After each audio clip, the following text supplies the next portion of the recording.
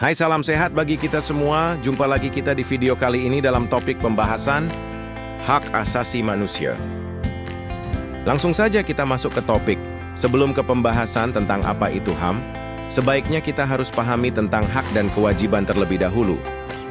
Hak adalah sesuatu yang dimiliki atau dapat dituntut oleh seseorang sebagai kewenangan atau kepemilikannya berdasarkan hukum, moral, atau norma tertentu.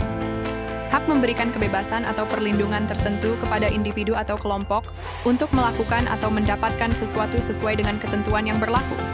Kewajiban adalah sesuatu yang harus dilakukan oleh seseorang sebagai bentuk tanggung jawab, baik terhadap diri sendiri, orang lain, masyarakat, maupun negara, sesuai dengan norma, aturan, atau hukum yang berlaku. Apa yang dimaksud dengan hak asasi manusia?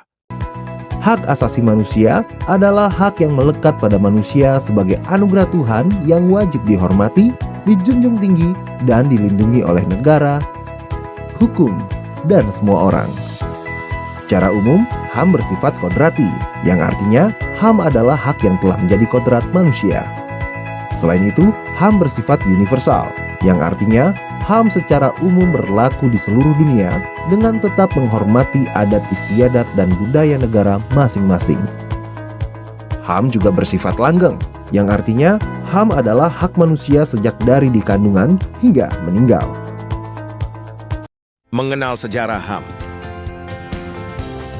Jauh sebelum adanya hak asasi manusia, kehidupan orang-orang pada masa itu diliputi oleh bayang-bayang ketidakadilan, ketidakberpihakan, kejahatan, kekerasan, perbudakan, dan kelaparan. Kelompok yang kuat secara fisik atau kaya secara materi dapat mendikte kehidupan orang-orang yang lemah dan miskin dengan kehendak pribadi mereka, seperti mempekerjakan 24 jam tanpa dibayar, merampas barang pribadi, bahkan sampai memperjualbelikan manusia. Kenyamanan dan keamanan di kehidupan yang kita rasakan sekarang nggak lepas dari perjalanan panjang hak asasi manusia. Maka dari itu, yuk kita berkenalan dengan hak asasi manusia. Dan 10 Desember juga dideklarasikan sebagai Hari HAM sedunia loh.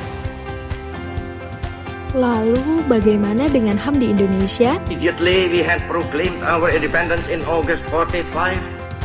We attached as preamble to our constitution the Pancasila.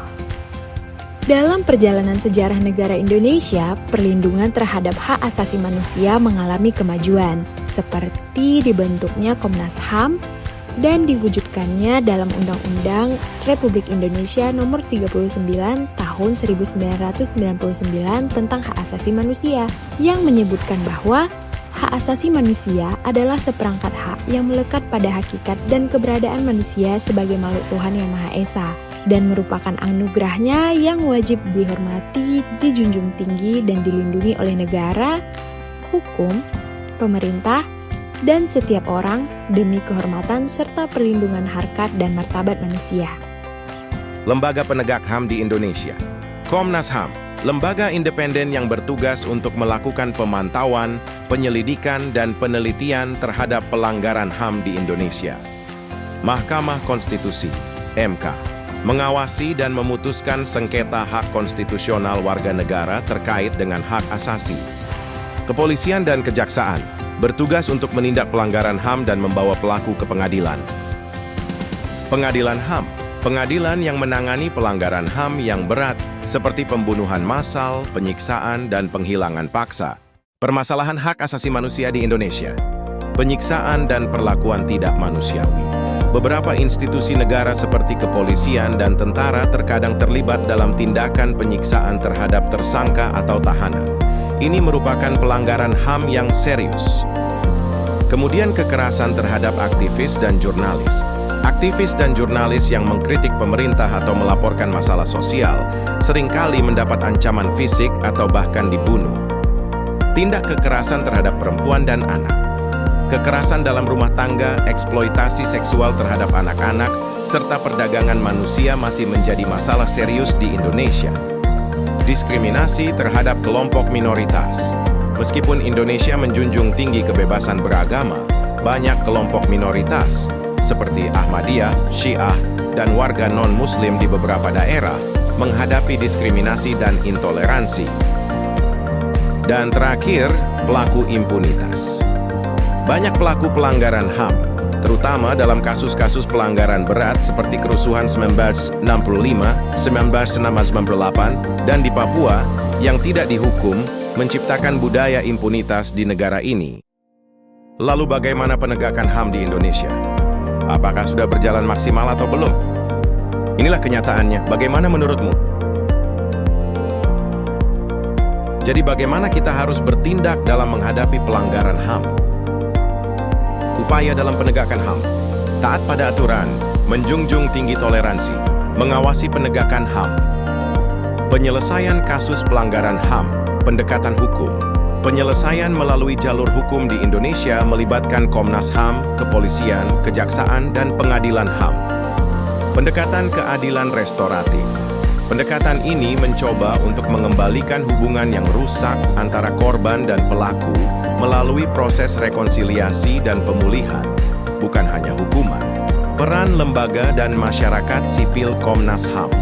Komnas HAM bekerja untuk memastikan perlindungan hak asasi manusia, melakukan pemantauan, serta memberikan rekomendasi kepada pemerintah. Lembaga swadaya masyarakat LSM dan media. LSM dan media memegang peran penting dalam mendidik masyarakat tentang HAM, mengawasi kinerja pemerintah, serta melaporkan pelanggaran HAM kepada publik. Pendidikan HAM. Untuk mengurangi pelanggaran HAM, penting untuk meningkatkan kesadaran melalui pendidikan HAM baik di sekolah maupun masyarakat umum. Jadi dari penjelasan yang sudah kita saksikan bersama tentang hak asasi manusia dan sejarah sebelum dan sesudah adanya HAM, kemudian lembaga dan aturan dalam penegakan HAM, sudah dijelaskan dengan kesimpulan, masyarakat dan lembaga penegak hukum harus bekerja sama untuk memastikan bahwa HAM dihormati dan dilindungi, serta agar setiap individu mendapatkan keadilan dan perlindungan hak-haknya tanpa diskriminasi.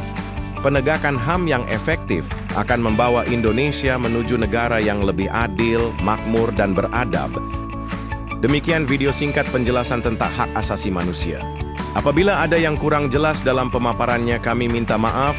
Sampai jumpa di lain waktu.